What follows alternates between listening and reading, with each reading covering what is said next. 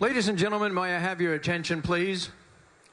As most of you are aware, the Canadian boxing fraternity recently lost one of their own with the passing of the great Arturo Gatti.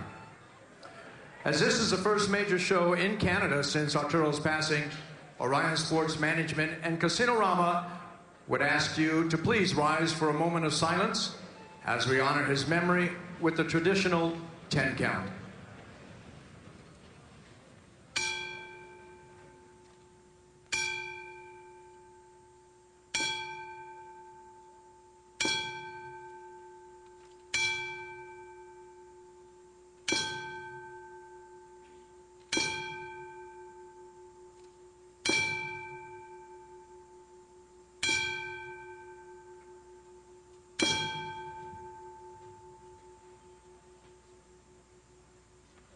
A great champion. May he rest in peace. Thank you.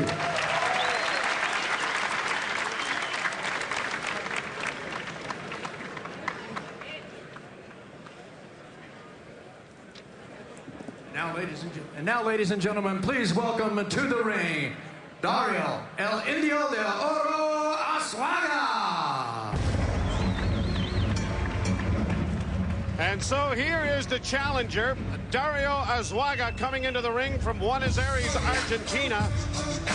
And this has been a bit of a fill-in because Steve Molitor has been hoping to get a chance to regain his title.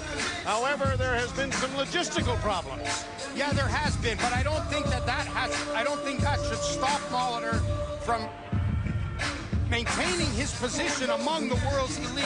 He has to do that, and he has to keep fighting.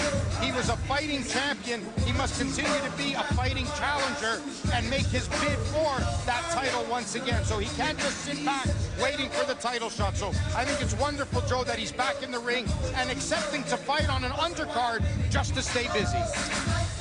Azuaga lost to Sebastian Gauthier of Montreal in the second round of a TKO. When I'm with Chris, we have lots of confidence. We have a good time. We train hard. He knows me better than any trainer, so I'm really happy to be back with Chris. I had a pair of winter gloves, and I put the winter gloves in the closet for about a year, and I came back. I put it back on. It fit me the same way. That was just like with Steve back in the gym. There was no problem. It just fit right. Together, you know, we're undefeated, and, you know, not even only undefeated, but we're untouchable. It's my quest for my second world title. I know it's going to be mine again.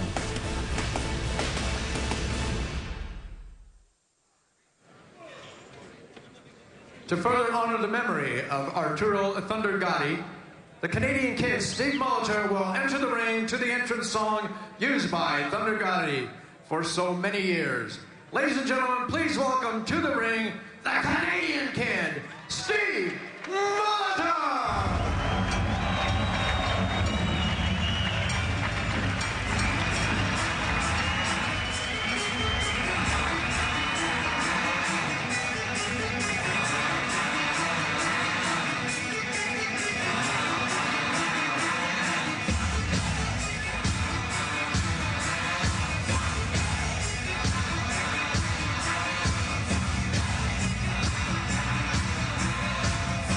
Steve Molitor coming into the ring to the strains of thunder. And those strains struck fear into the hearts of a lot of boxers when Mr. Gatti was coming into the ring. And here's the Canadian Kid, Steve Molitor.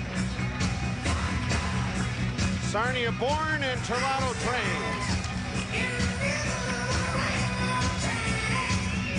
How big an influence will be the change back to Chris Johnson?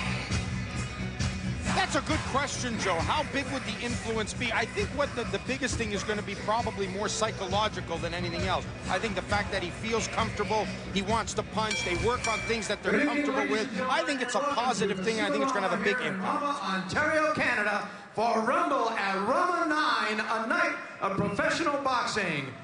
Brought to you by Casino-Rama and presented by Orion Sports Management. These bouts are sanctioned by the Ontario Athletics Commission under the supervision of the Commissioner, Ken Hayashi.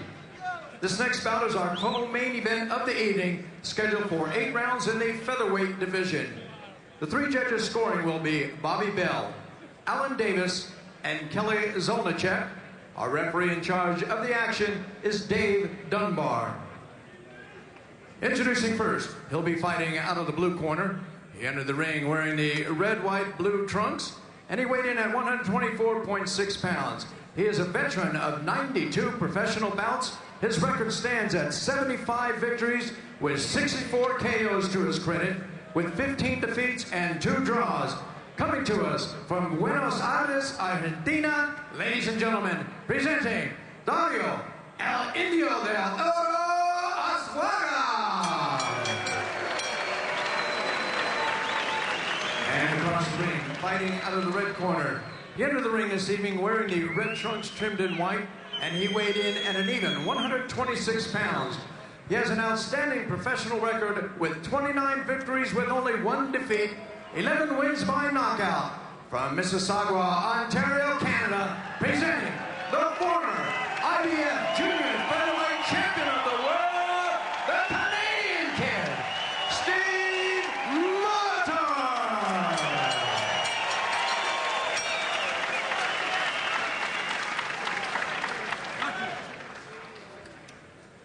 Dave Dunbar with instructions. Gentlemen, I know you were given your instructions in the dressing room.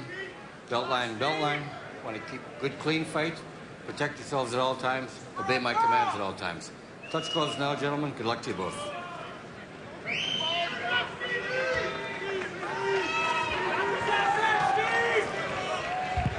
So here is Steve Molitor, who won the title from Michael Hunter in England, and that seems a long time ago, November of '06. Successfully defended the title 5 times, but of course lost to Celestino Caballero here at Rama. And Caballero now expected to move up in a weight class. And Molitor, ranked possibly 1 or 2, would be in the tournament, if you will, to come up with another featherweight title. But he has this gentleman in front of him here tonight to try to get by here tonight. And Molitor with a couple of good combinations there.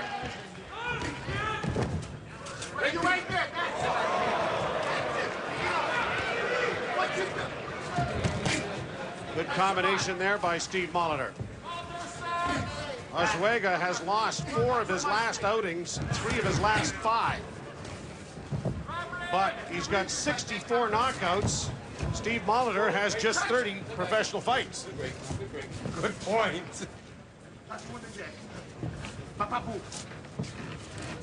This should be a fight where Molitor wants to impose himself, move Azuaga back, you know, show that I'm a world-class fighter. I want to come back and get my title. I'm not going to let you move me. This is my ring here. Azuaga needs to come forward to be effective. Azuaga can't do anything going backwards.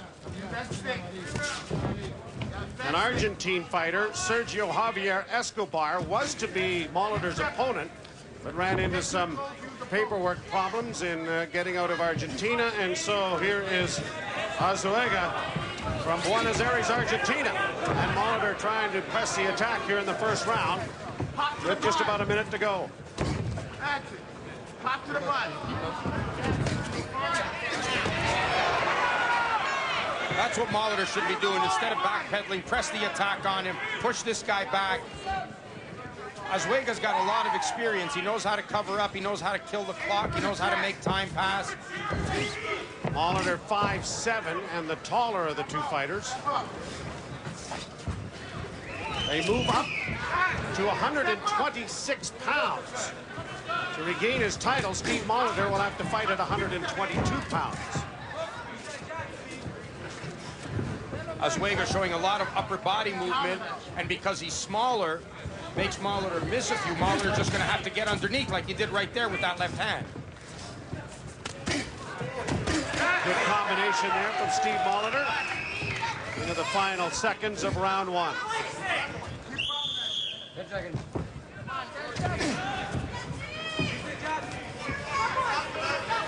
Dario Oswego of Buenos Aires, Argentina. Steve Molitor of Mississauga, Ontario.